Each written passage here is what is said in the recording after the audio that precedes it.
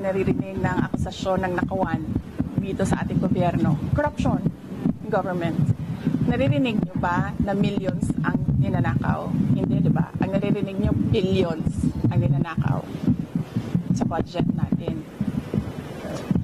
Alam nyo bakit 150 million lang yon?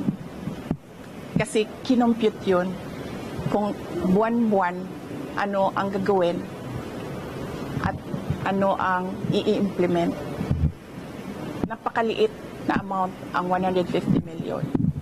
So bakit kami magnanakaw ng 150 million? Ang nakawan sa gobyerno, billion-billion.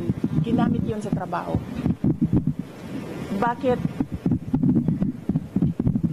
125 plus 500 lang yung sa Office of the Vice President? Kasi kinompute yun. Buwan-buwan. Ang problem sa 125, binigay siya sa amin December na. And the requirement in government offices, you have to utilize money before December 31, before the end of the year. So ang ginawa, lahat ng preps, in-implement. Diba? And as I said, government offices disperse millions, billions in a day. Sa DepEd, nagdi-disperse kami. Nagdi-disperse. Pumipirma kami ng cheque. Multi-million. Kung i-total mo ang mga checks araw-araw na nalalabas sa DepEd, billions. Nagbabayad kami, nagbabayad. So, bakit nila kine-question yung pagbabayad ng millions in a day? And that is part of work of government offices to disperse money every day and pay obligations. Ginamit yun sa trabaho. I have questions about management receipts. Will you explain all those or answer all those questions? Isn't it that they've been asking those questions from the resource persons, from COA, from the OVP personnel? So why will I answer again? I already answered when we sent our answers to the Commission on Audit. It was clear there. In fact, ayoko naman kasi mag-discuss ng CF ba, but in fact, the 125 confidential funds had a notice of disallowance, but not the entire amount. Let's make that clear. Not the entire amount of the 125 million was disallowed by the Commission on Audit. Meaning, all the rest of the funds, I do not have the number right now. I think it's approximately 70 million that was disallowed. But that is subject to appeal because gusto ko ba sabihin ito sa inyo? Dahil during the discussion, I was telling the lawyer to submit a document. But the lawyer said, no, you know, when lawyers are discussing and they have their own positions, it's really a difficult meeting to do. I said to submit, and then the other lawyer said, do not submit. Ay di lumabas yung disallowance, and then sinabihan ko yung lawyer, sabi ko, tingnan mo, lumabas yung disallowance. Sabi ko, sa appeal, ilabas mo yung document. Ma'am, si Colonel Lachica and Colonel Nolasco na nabanggit ko naman. Wait lang ha, so tapusin ko lang. And then, so cleared na yon. The first, second, and third quarters, undergoing audit. Merong AOM na sinasagot namin ngayon. Okay? For DepEd, the first and second quarters, may credit notice na yon. Ibig sabihin, cleared na ang buong pera. Diba? Ewan ko lang kung sinasabi ito ng mga congressman. Of course, hindi nila sinasabi, diba?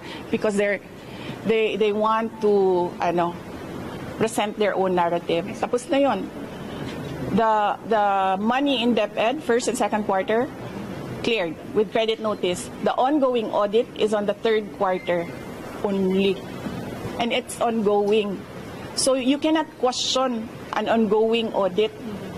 And you cannot audit the funds of any government office because that is the exclusive domain of the Commission on Audit. Bakit nag-audit ang ating mga congressman? Dapat sila gumagawa ng batas. Nakikita nyo?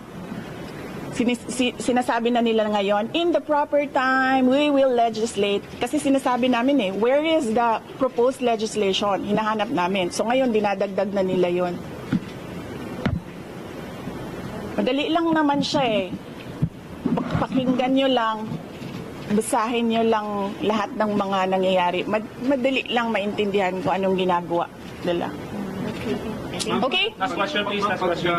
Humarap na si Colonel Velasco and Colonel Chica, mas maintindihan na ba ng publiko at ng Kongreso itong paggastos po ng confidential funds?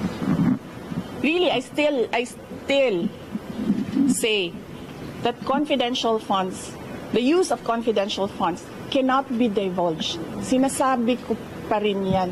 They cannot be divulged in public.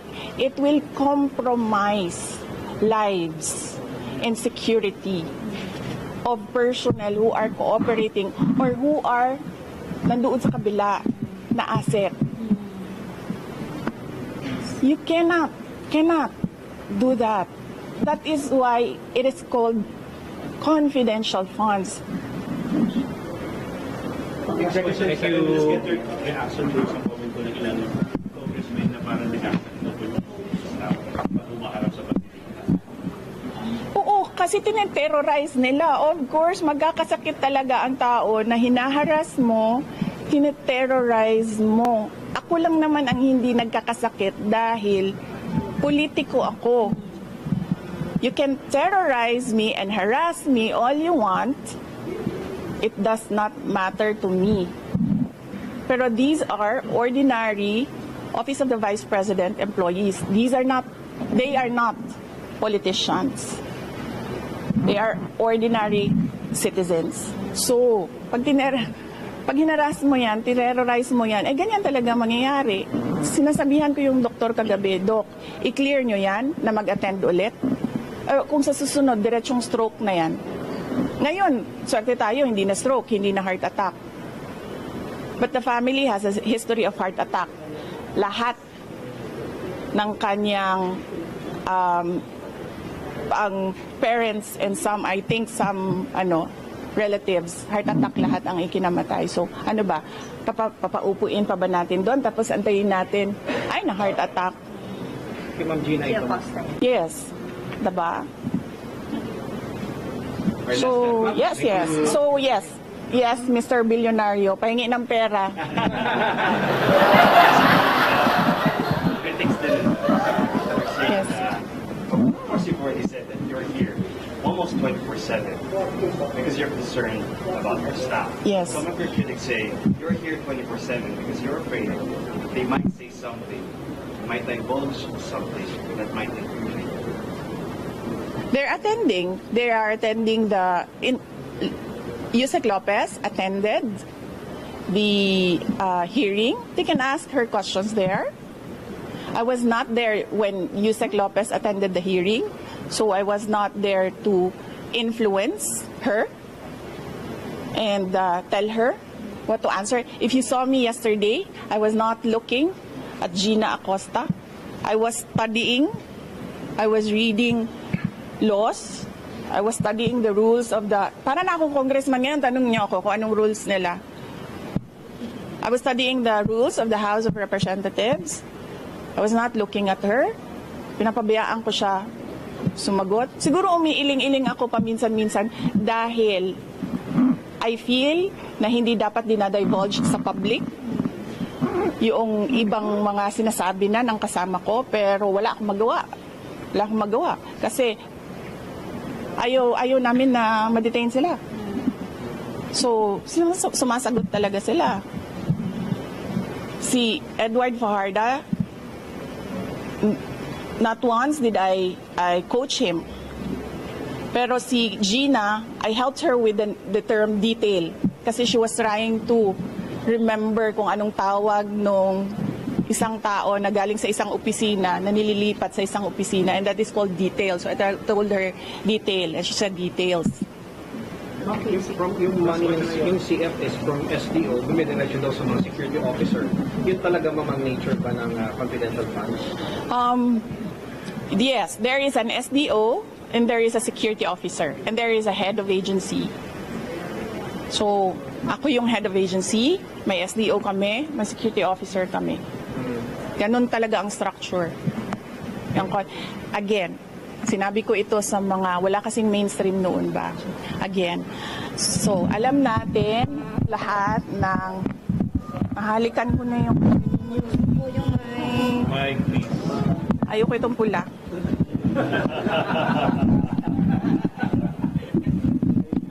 Saan galing yan? Ayun. Okay, saan? Saan ako? Okay, okay.